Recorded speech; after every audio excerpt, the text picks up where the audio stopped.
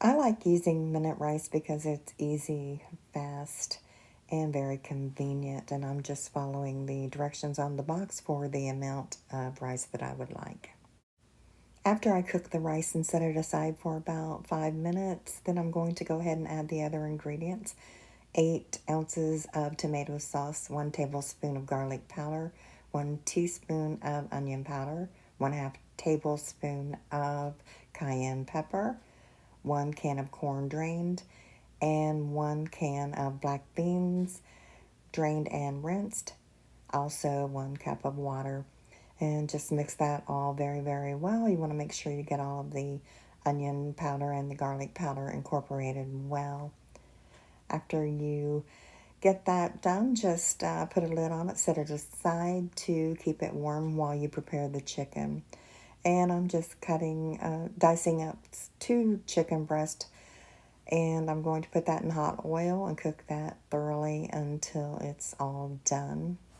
And I'm also going to go ahead and move the cutting board and replace that with a clean one because I'll be needing that to roll out the tortillas. And now that the chicken's done, I will heat the tortillas up. And you can also put these in the microwave for about 30 seconds if you wanted to. And then I'll fill these with the bean and rice mixture, and then I'll add the chicken on top of that. You could add any other ingredients you like, but I'm just going to make these as is. And instead of putting other sauces inside the burrito, I'm going to make a dipping sauce.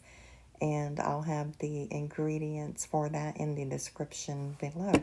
So just get these all rolled up. And also, these freeze very well.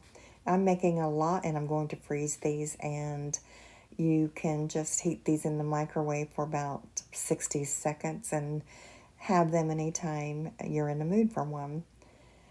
So, like I said, I'll have the sauce ingredients in the description below. So enjoy this.